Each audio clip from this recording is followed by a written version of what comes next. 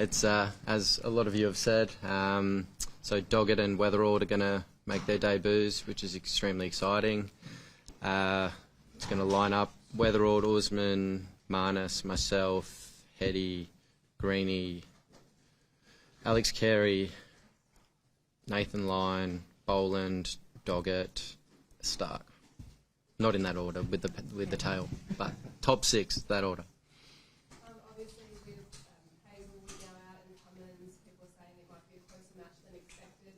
Some Aussie fans may be disappointed, but as a bit of a cricket nuffy and Ashes lover yourself, are you excited for the challenge?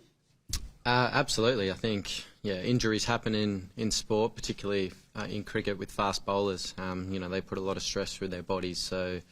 Yeah, unfortunate, obviously, that those two are out, but I think an exciting opportunity for Scotty and for Brendan Doggett, who's going to make his debut.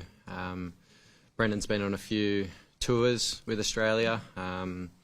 He is very skillful. I think he's improved a hell of a lot the last few years, and I'm excited to see him go about his business. Steve, firstly, this is generally around the time of the year where you go looking for your hands. Have you found them, and are they in good stead? Yeah, I've had a good couple of weeks actually. A few Shield games where I felt really good out in the middle, so feeling a good place. Hopefully I can take it out in the middle over the next couple of days.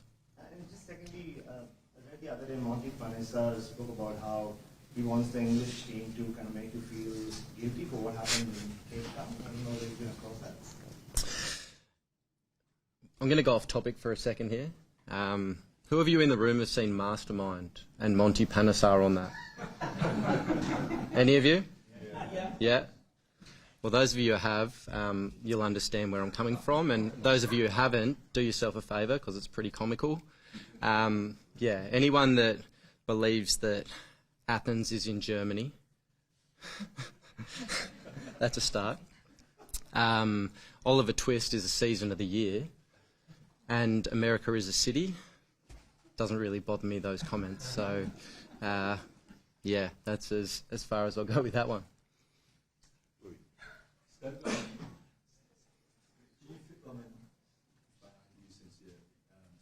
series as a test captain. You feel like you're a different person now compared to, previous times when you're captain? Because you seem like a lot more relaxed in the way you go about things and the way you approach the batting and the medicine and everything.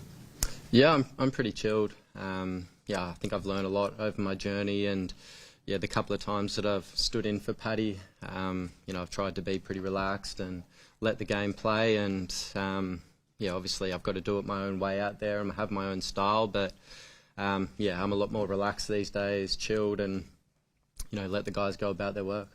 Steve, Jake looks like he's felt really comfortable across the course of the week. The doing's always going to bring some pressure to the Ashes. I guess there's extra spotlight. What have you seen of him? He's got good confidence heading into tomorrow. Yeah, I watched him bat in the nets pretty closely the last few days, and they were pretty tricky nets, fast, bouncy, and a lot of seam, and he's got a lot of courage. He just goes in there. I don't think he faces any of the sidearms or anything. He wants to face bowlers the entire time, and the guys were charging in, bowling fast, so he took it on. He was getting in really good positions, and he goes about it a certain way. So he's been selected for his performances over the last 18 months in particular. He's batted exceptionally well up the top of the order for Tasmania, and hopefully he can bring that to the Test arena. I'm really excited for him. He's worked hard for a long period of time, and I think he's going to complement Uzi pretty well up top. Ollie, Louis, Dan.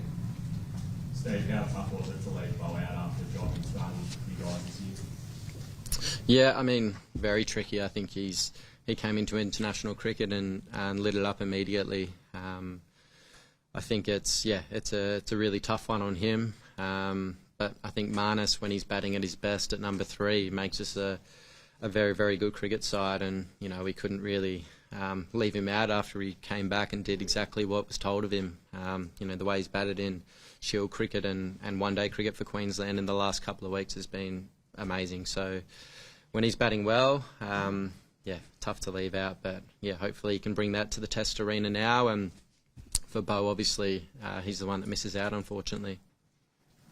What's the thinking then on Cameron Green? Obviously, he had a threat when he got the bowling. Does the fact that he's bowling change how you think then?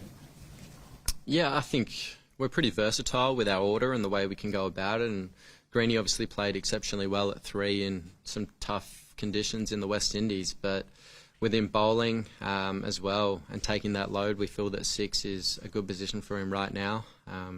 It doesn't mean in the future he's not going to slide up the order, but for right now, number 6 suits this team.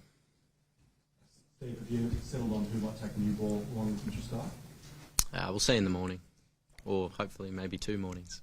We'll see. Well, Just on that, you got Steve quirk in that 2 of your 3 fast bowlers haven't played first class cricket out here. They've only played T20 cricket. Have you had a discussion with them about the lengths they're going to need to bowl here, which is a little bit different maybe to other places, and also what do you expect of the surface? Yeah, it looks a good wicket. Looks pretty similar, I think, to last year's one. I think it's going to have some decent pace and bounce in it. And it's probably not as hot as it was last year, so potentially may not crack up as much as that one did. But yeah, I think the guys have their own strengths and how they bowl, and they'll figure out the lengths to bowl on this surface. We've got to adapt quickly to try and find the top of the stumps as early as possible. But these guys are quality bowlers, and yeah, hopefully we can do that. Mel, on the right here. Mel? Just further on the bowling attack. They've both obviously been some pretty good matchups if you look at Australia's bowlers with some of those England players. Now that it's a bit of a different bowling attack, just how much have you looked at sort of replacing the times when you would normally have gone to Pat or to Josh, and who the bowlers would sort of take on exactly those roles? Do you think he's been successful against some of those batters? And also, Nathan Lyon hasn't been used as much in Australia in the past for a couple of years. Do you envision that you might use him more than he has been? Firstly, I think on the matchups we'll run through that and see how it works out. Obviously, we don't have Pat and Josh playing, so some of the other guys bowl similarly to how they bowl as well. So we'll find the right matchups for the right times as much as we can out in the middle. And Nathan, obviously, I think he's done really well out here. He bowls nicely when the wicket's bouncing. So we'll see how the game pans out. We've got obviously 4 seam options with Greeny there. And then when we see fit, we'll bowl the spin. We might lock him in down one end so the quicks can bowl, and we'll just play the game in front of us. We'll see how England try and play him, and then try and play the game that's in front of us. That's as simple as we can get.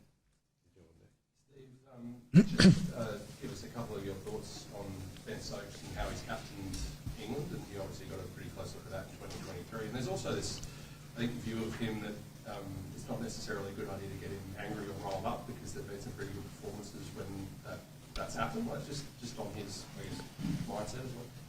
Yeah, I think he's done a terrific job with England over the last couple of years. The style that they play, I guess, suits them, led by him and Baz, obviously. So, look, he's done a great job, and potentially someone that you don't want to get too riled up. He's had a few performances against us where he's either taken the game away from us or clawed it back. So, he's a quality performer, whether it's bat, ball or in the field. He's always in the game and giving 110%. So, hopefully we can keep him quiet this series. Steve, there's been a lot of build-up to this series, a lot said and written. How does this build-up compare to Ashes series you've been in before? And what's your message to the new boys so they're not overawed by the invasion tomorrow? It's pretty standard. I've been involved in a few now, and there's always so many words said before the series. But for us, I think it's about just ignoring the outside noise, concentrating on our processes, what we do well as a team, and trusting and backing that throughout. It's exciting that we're starting tomorrow. Everyone's been raring to go for the last few days of training and even before that. So, all starts tomorrow, and hopefully give you guys something good to talk about out in the middle. Tom up the back. England haven't won here for almost 15 years, Steve. What confidence does that give the group that they can not only retain but win this Ashes series at home? I think for us, it's it's not really thinking about that kind of stuff. It's just about going out and trusting our processes and playing the game that's in front of us at that time, and not worrying about the past or thinking too far ahead, staying as present as possible, and just playing the game. Not going to give a serious prediction then? No predictions from this guy. Josh Hazelwood last year picked up an injury and then was out, unfortunately, for the rest of the India series. Have you got any further update on his fitness? Any indication that he will, or confidence that he will be able to come back into the series and play a part? I actually have no idea. Yeah, that's a question for the medicos, I think. But yeah, I've just been focusing on the guys we've got here, and obviously we've got Brendan debuting, which is a huge moment, as I said earlier. But yeah, we'll cross that bridge, I suppose, when we get through this game. Steve, the last few Ashes series in this country, you've got on top of England early on and then really got away from them. It feels like a bit of a perception in England that England have to win here in order to be able to compete. Do you see that as an opportunity to really get on top of them early, and that maybe there's a bit more pressure on them than you? I mean, that's the plan. I think you want to try and win the first Test match and get yourself ahead of the game, I suppose, or the series. But yeah, I think either way, we look at last summer, we lost the first Test match and we were able to, claw the series back. So we've got a lot of belief in that change room. If the result doesn't go our way this week, that we can turn it around. We saw it last year. So ideally, we play well this week, and we've got potentially Paddy on the table next game. Josh, I don't know, as I said before, but yeah, I think we'll see how this week pans out. A couple more, Ben up the back, and we'll come over this way. Steve, you were in England a couple of years ago on the field, some of those moments where England really got a lot of momentum with their batting. Have you had to think about sort of how you play that as captain if England are looking to be super aggressive with that? Do you try and be defensive, or do you just operate how you would normally? Have you thought about it? Yeah, I think it's just playing the tempo of the game that needs to be played at each certain time. Yeah, I've no doubt throughout this series there's going to be periods of the game where a few of their batters get off and they score some runs quickly, and for us it might be about being a little bit defensive in those moments, and then finding the moments where we can attack a bit more and just playing the game really that's in front of us, and not letting it drift too far before we implement the plans that need to be played at that certain time. So yeah, I guess that's as simple as I can put it right now. Steve, sell out the first 3 days, first Ashes Test here. Is this the place for opening summer? What's your overall view of this as a Test stadium? I think it's a great venue, and it's super exciting that the first 3 days are sold out. I think, as we said before, it's this series has been on people's radar for a long time. Obviously, a lot of the English couldn't travel last time England were out here, so it's exciting for them to be able to come down and see another Ashes series, and I think it's a nice place to start the summer. Thoughts on the 12-man squad announced by England yesterday? The batters feeling trepidatious about facing both Wood and Archer, and also is there anyone on the England team you reckon is maybe underestimated or not talked about? I'm not sure. I think it's they've got a good lineup. They've got good bowlers in their team. For the conditions, they can play how they like. Obviously, there's a spinner in the mix there in their 12 as well. So, it's we've gone with a spinner. We think he can create good pace and good bounce and a little bit of purchase out of this wicket. So, whether they go with a spinner, I'm not sure. That's up to them. But yeah, we'll wait and see how the game pans out over the next 5 days. Courtney. You spoke before about, or touched on Brendan's development, the skills of the centre. Can you elaborate a little bit on that? And also, what's it like to face him? I'm not sure if you've had the test or what. No, I haven't played him in a game before from memory. Maybe a Shield game close to 10 years ago. But yeah, look, I think I have faced him in the nets here. He gets the ball down at nice pace, stands the seam up. His lengths are really good. So yeah, everything you need for a surface like that out there. So yeah, hopefully tomorrow he can, or the day after, whenever we bowl, he can get the ball in the areas we know that he can, and if he does that, I'm sure he's going to create plenty of chances. Steve, I'm sure Entirely put the baby green on its special, but what does the Ashes mean for you? And is it the hype, is it the media, the buy-in, or maybe the history that gets you excited about it? I think all of the above. I think it's a great series. We love coming up against England, and it's the Ashes is the pinnacle, I suppose, for an Australian or an English cricketer. So we're super excited to get the series started. As we said before, the first 3 days are sold out, which is outstanding, and I'm sure there's going to be plenty of viewers on TV, both here and back in England as well. So hopefully we can put on a really good show and entertain plenty of people. Thanks, everyone.